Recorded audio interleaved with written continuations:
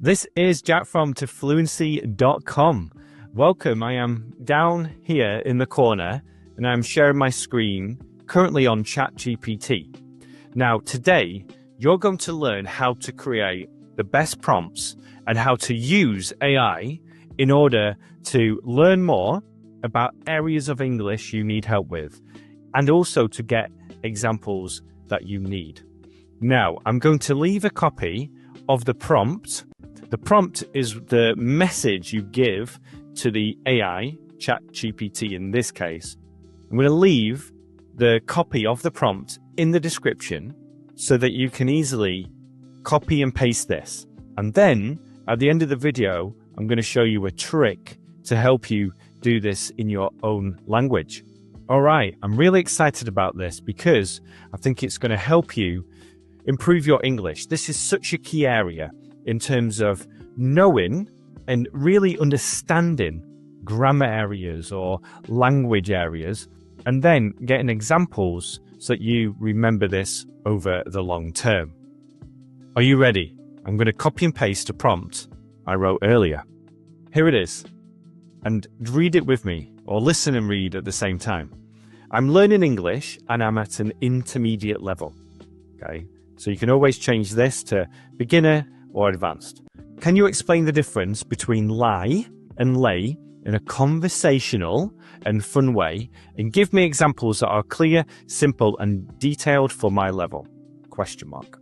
Now, this part is really important, I think. You can change this.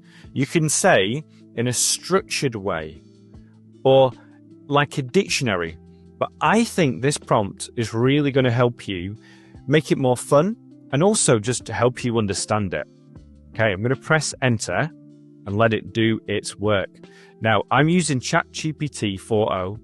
There are new models happening all the time.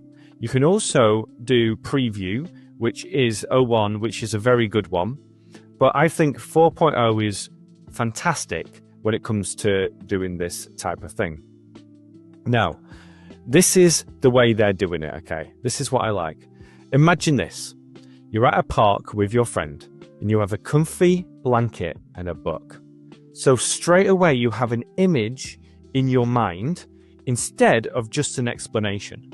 This is great for when it comes to understanding and remembering. Now, here is where the confusion starts. What do you do with a blanket and what do you do with yourself? And before I go on, just know that in America and around the world, native speakers confuse these two. In fact, people use this lay for nearly everything. And it's not to say it's wrong. Grammatically, dictionary is wrong, but you're going to hear this as well. If you want to know the real way to use it, the right way, this is going to help you. So, lie, no object needed. Lie means to rest or recline. You do this yourself, it doesn't involve anything else. Present tense lie, past tense lay, past participle laying. And you can see here the past tense lay. Oh no, this is where it gets tricky. We'll see this in a second. So examples, present, I lie on the grass and look at the sky. Or I love to lie on the grass and look at the sky. I love to lie on the floor when I'm feeling tired. Yesterday, I lay on the couch for hours. I was so tired yesterday, I lay on the couch for hours. I have lain in bed all morning because it's so cozy. I've never heard anyone use this, but this is how you use it. I think people avoid this because they're worried about using this term. Okay, so that's lay. The next one, lay, you need an object. Lay means to put something down. It always involves another thing or object. Okay, so this lie, it means you rest or recline, you do this yourself. Lay means to put something down. It always involves another thing or object. Lay, laid, laid. So we have lay, lay, lane. No, sorry, lie, lay, lane, lay, laid, laid. Examples, I lay the blanket on the grass so we can sit. Yesterday, I laid the book on the table. And another one I never hear, I have laid my phone somewhere, but I can't find it. I've laid my phone somewhere, but I can't find it. Actually, what I'm going to do over the next few days is to try and use these two in everyday conversation. So I'm going to start using lain and laid. Think of it this way. Lie is what you do. You lie down. Lay is what you do to something else. And then we have a little quick conversation here. Hey, I'm tired. I'm going to lie down. Great, but first lay the blanket on the ground so you don't get dirty. Yesterday, I just lay on the couch all day and I lay the dishes on the table for dinner. Okay, so there's just a little quick conversation here. Then practice time, fill in the blanks. So let's do this together. I'm going to read the sentence. You're going to fill it in. I'll give you the answer. And I might need to think about this too, especially in the present perfect.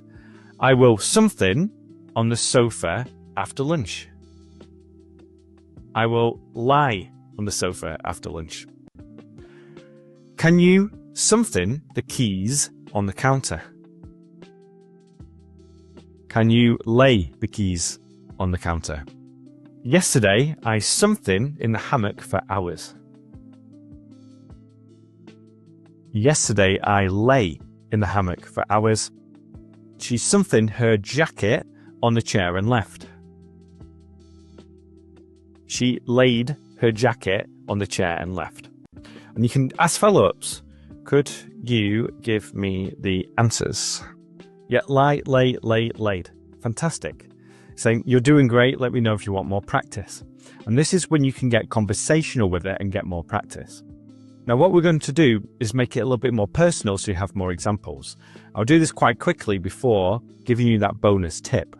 The next one, a little spelling mistake here, but I am a graphic designer and work in a corporate office. I also have 2 young children. Could you give me specific examples for this? At work, lie. After a long meeting, I just want to lie down on the couch in the break room. Sometimes I imagine lying on the beach instead of staring at my computer all day. I lay my sketches on the conference table for my team to review. Yesterday, I laid my design mock-ups next to my laptop before presenting them.